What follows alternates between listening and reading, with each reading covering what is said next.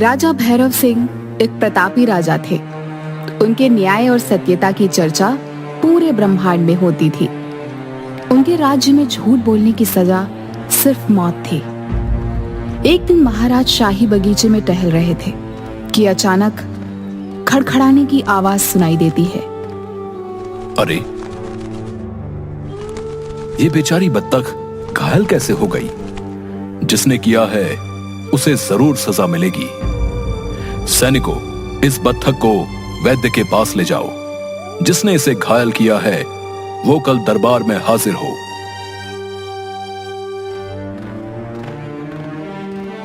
पिताजी, देखो मुझे क्या मिला है। एक सैनिक की तलवार। मैंने अभी इससे एक बत्तख का शिकार भी किया। ओह, तो वो तुम थे बेटे। ये एक सैनिक की तलवार है, तुम्हारे पास कैसे आई? पिताजी, मुझे ये तलवार अच्छी लगी तो मैंने ये ले ली। ये मेरा राज्य है, यहाँ का सब कुछ मेरा ही तो है। महाराज, मैं अपनी तलवार के खो जाने की सूचना देने आया हूँ। मेरे बेटे ने बिना तुम्हारी अनुमति के तलवार उठाई है। कल दरबार में न्याय होगा। एक परी वहीं बाग में अदृश्य रूप में ये सब सुन रही थी। वह राजा से बहुत प्रभावित हुई और अगले दिन रूप बदलकर राजा का न्याय देखने दरबार पहुंची। क्या तुमने सैनिक के आदेश के बिना उसकी तलवार ली और बत्तख को घायल किया? जी महाराज, मैं इससे खेलना चाहता था, लेकिन ये गलत था। मुझे अनुमति लेनी चाहिए थी। तुम्हारी सजा सैनिक तय करेगा, क्योंकि तुमने इसकी तलवार चुराई है। ये तुमसे कुछ भी मांग सकता है। राजकुमार हमारे देश के होने वाले महाराज हैं। मैं अपने पुत्र के लिए राजकुमार की पक्की दोस्ती चाहता हूं। मैं इस सजा के लिए तैयार हूं। आज से आपका पुत्र मेरे साथ राजमहल में रहेगा और मेरे गुरु से शिक्षा प्राप्त करेगा। उसे बत्तख का न्याय करने के लिए तुम क्या कहना चाहते हो राजकुमार? उस बत्तख की देखभाल की पूरी जिम्मेदारी लेता हूं। आज से वो बत्तख भी मेरे साथ रहेगी। सैनिक राजकुमार को माफ कर देता है और राजा की जय जयकार होने लगती है। परीलोक में इसकी सूचना देती है। माना कि राजा बहुत न्यायप्रिय है। उसने अपने बेटे को भी न्याय के लिए दरबार में बुला लिया, लेकिन मैं अपने सौंदर्य के जादू के आगे राजा का न्याय भुला दूंगी। मैंने सुना है पिछले 2 वर्षों से उसकी पत्नी अस्वस्थ है। महाराज एक पत्नी व्रता है, उसे तुम्हारे सौंदर्य से कोई भी फर्क नहीं पड़ेगा। तुम चाहो तो परीक्षा ले सकती हो। नीलम परी एक सुंदर लड़की का रूप बन राजा से मिलती है। महाराज, आप बहुत बड़े ज्ञानी और न्यायप्रिय राजा हैं। सुना है अस्वस्थ होने के बावजूद भी आप अपनी रानी को बहुत प्रेम करते हैं। बिल्कुल सही सुना है आपने राजकुमारी। मैं अपनी पत्नी को अपनी जान से भी ज्यादा प्रेम करता हूँ। और रही न्यायप्रिय होने की बात, तो कोई भी राजा सजगता से प्रजा को प्यार करेगा तो सदैव सही न्याय करेगा। इच्छा शक्ति और सजगता की क्या जरूरत है महाराज? अगर राजा को कोई जादुई शक्ति मिल जाए तो भी तो वो न्याय कर सकता है। जादुई शक्ति? नहीं, मैं ये नहीं मानता। न्याय के लिए किसी भी राजा का प्रजा के साथ प्रेम पूर्ण संबंध होना और सच्ची इच्छा शक्ति की जरूरत होती है।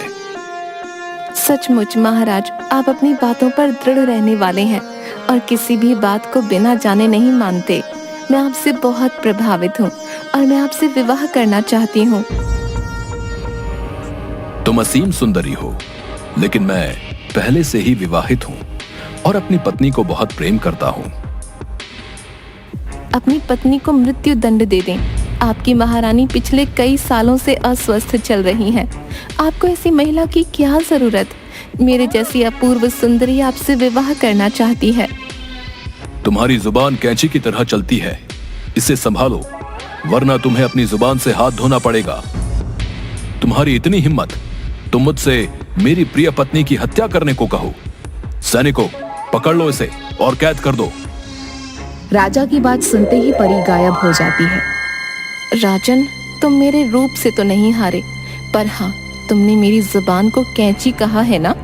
एक दिन मेरी कैंची से ही सही मैं तुम्हारी अकड़ को खत्म कर दूंगी।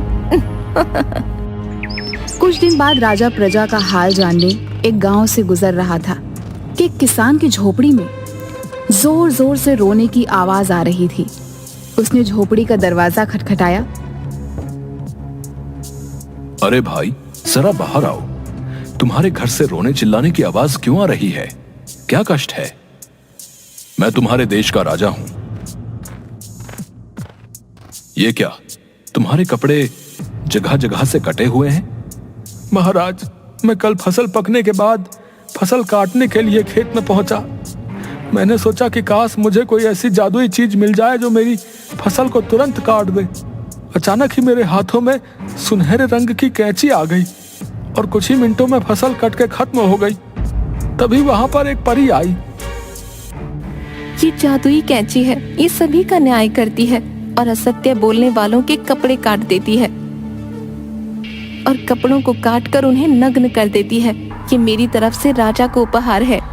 न्याय के लिए राजा को अब दर दर भटकने की प्रजा का सुख दुख मनोदशा जानने की जरूरत नहीं।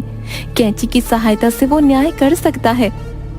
महाराज, मैं कैंची लेकर घर आ गया तो मेरी पत्नी ने मुझसे पूछा, क्यों जी, सुबह के गए अब लौटे हो, इतनी देर कैसे हो गई? मैंने कड़ी मेहनत करके फसल को काटा है, इसकी वजह से मुझे देर हो गई। महाराज, क्योंकि मैंने झूठ बोला तो कैंची ने मेरे सारे वस्त्र काट दिए। उसके बाद जब मैंने अपनी पत्नी से पूछा, आज सारा दिन क्या किया, खाना खाया या नहीं खाया? पूरे दिन उपवास रखकर भूखी प्यासी तुम्हारा इंतजार कर रही थी। उसके ऐसा कहते ही कैंची ने उसके कपड़ों को भी काट दिया। और हम दोनों को यह समझ में आ गया कि हम दोनों ही एक दूसरे से झूठ बोल रहे थे। इसलिए कैंची ने हमारे सत्य को बाहर निकालने के लिए हमारे वस्त्रों को काट दिया।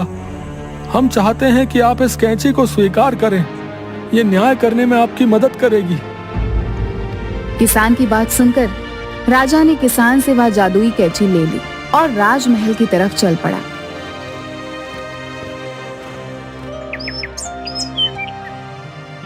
बोलो, क्या शिकायत है? महाराज, ये ग्वाला दूध में पानी मिला कर देता है। सच बताओ, क्या तुमने दूध में पानी मिलाया था? नहीं महाराज, मैं इतना पापी नहीं कि दूध में पानी मिलाऊं।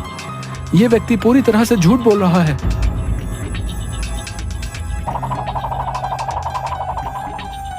मुझे माफ करें सरकार, मुझसे गलती हो गई। आपकी जादुई कैंची ने भरे दरबार में मेरे कपड़े काट दिए। अदृश्य रूप में परी यह सब देखकर मन ही मन मुस्कुराने लगी। सब लोग राजा की जय जयकार करने लगे। इसी प्रकार अब रोज तरह तरह के मुकदमों का फैसला राजा कैंची की सहायता से लेने लगा। अब वह बिना सोचे समझे विचार किया मुकदमे के फैसले के लिए कैंची का मुंह देखता। महाराज, प्रजा का सत्य असत्य, सुख दुख और दर्द जानने के लिए हमें भ्रमण करना चाहिए। मंत्री, अब हमें इतना कष्ट करने की क्या जरूरत है? प्रजा का सुख दुख जानने से क्या लाभ? अब मेरी कैंची सबके लिए सही न्याय करती है, इसलिए सब स्वयं ही प्रसन्न होंगे। महाराज ने धीरे धीरे राजकाज में भाग लेना बिल्कुल ही बंद कर दिया। अब वह अपना ज्यादा समय आराम करने में और अय्याशी में बिताने लगा। सेनापति, हमारे महाराज को ये क्या हो गया है? अब वो राजकाज में बिल्कुल भी भाग नहीं लेते हैं और पूरे दिन आराम करते हैं। महामंत्री, दूसरे राजाओं को महाराज के आलस्य का पता चल गया है। वो हमारे राज्य पर युद्ध करने के लिए अपनी सेना को तैयार कर रहे हैं। हमें महाराज से बात करनी ही होगी। महाराज, अपनी सेना में नए सैनिकों की भर्ती करनी है। देश में कोई भी कर देने को तैयार नहीं है। राजकोष खाली होता जा रहा है। महाराज, पड़ोसी देश के राजाओं को भी हमारे देश की हालत का पता चल गया है और वो युद्ध करने के लिए तैयारी कर रहे हैं। मैं इतना बड़ा सत्यवादी और न्यायप्रिय राजा हूं, किसकी हिम्मत जो हम पर युद्ध करे? क्या तुम्हें पता नहीं, लोक परलोक हर जगह हमारे राज्य के न्याय का डंका बजा हुआ है। हमसे टकराने से तो देवता भी घबराते हैं। राजकाज में आपके भाग न लेने के कारण सारे राज्य में अराजकता फैल गई है। लोग चोरी चकारी कर रहे हैं। कोई किसी हुकुम कानून को नहीं मानता। तुम लोग ये कैसी बातें कर रहे हो? मेरी कैची प्रजाजनों के साथ सही न्याय कर रही है, जिसके कारण सभी लोग खुश हैं। राजा प्रगति कर रहा है। तुम लोग भी अपने अपने घरों में बैठकर शांति का जीवन व्यतीत करो। और ऐसे ही राजा पूरी तरीके से घमंडी और आलसी हो गया। वह रात दिन आराम करता, फिर कैंची की सहायता से अपराधियों को सजा देता। अब लेती हूँ इसकी परीक्षा, देखो क्या अब भी ये सही न्याय कर पाएगा। महाराज आपकी जय हो। मैंने आपके न्याय का बड़ा बखान सुना है, कृपया मुझे न्याय दीजिए। आपके राज्य के जंगल में इस राक्षस ने मेरे पंखों को पकड़कर तोड़ने की कोशिश की और यहाँ तक कि मेरी जादुई छड़ी भी छीन ली। मुझे न्याय से नहीं, बुद्धि से काम लेना होगा। अगर कैंची ने राक्षस के खिलाफ फैसला दिया तो राक्षस हमें हमारे राज्य के साथ खत्म कर सकता है। अभ्यास न होने के कारण हमारे सैनिक भी आलसी हो गए हैं। देखो परी, कल महल से बाहर मैदान में सभी लोगों के बीच मैं तुम्हारा और राक्षस का फैसला करूंगा। ठीक है राजन, मैं कल मैदान में जरूर उपस्थित हो जाऊंगी। आया बड़ा सत्यवादी, ये राक्षस मेरी ही माया है। अब इसकी सारी सच्चाई सबके सामने आ जाएगी। नीलम परी से टकराना आसान नहीं। सुनो राजन, यदि चाहते हो कि तुम्हारे राज्य में सब कुछ ठीक से चलता रहे तो कल के मुकदमे में मेरी जीत होनी चाहिए। हाँ।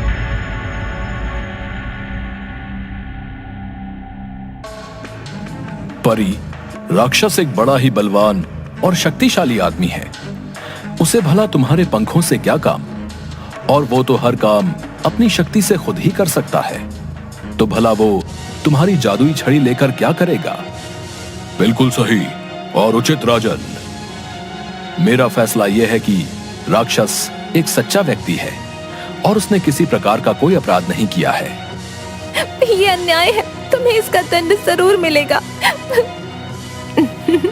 अब देख मेरी कैंची तेरा न्याय कैसे करती है। बचाओ बचाओ सेनापति, रक्षा करो हमारी।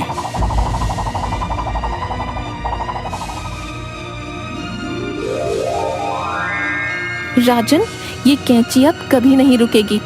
तुम्हें अपने आलस्य और नासमझी का फल जरूर मिलेगा। ये कैंची मेरी ही माया है। आज के बाद आप या इस गांव का कोई भी इंसान पूरे कपड़े नहीं पहन पाएगा। मुझसे बड़ी गलती हो गई, मुझे माफ करो। मुझे अपनी बुद्धि से न्याय करना चाहिए था। मेरी प्रजा को बचा लो। महाराज, मैं भी परी माँ की ही माया हूँ। परी माँ आपके सच और शक्ति की परीक्षा लेना चाहती थी। ठीक है, लेकिन आज के बाद तुमने अगर कभी किसी के साथ गलत किया तो देख लेना, उसका दंड मैं स्वयं तुमको दूंगी। इसके बाद परी ने अपनी जादुई छड़ी से राक्षस को राजा के राज्य में बहुत दूर भेज दिया और कैंची को लेकर हमेशा के लिए परी लोक वापस चली गई। इसके बाद राजा ने कभी न्याय के लिए किसी की सहायता नहीं ली और राज्य में फिर से अमन कायम हो गया।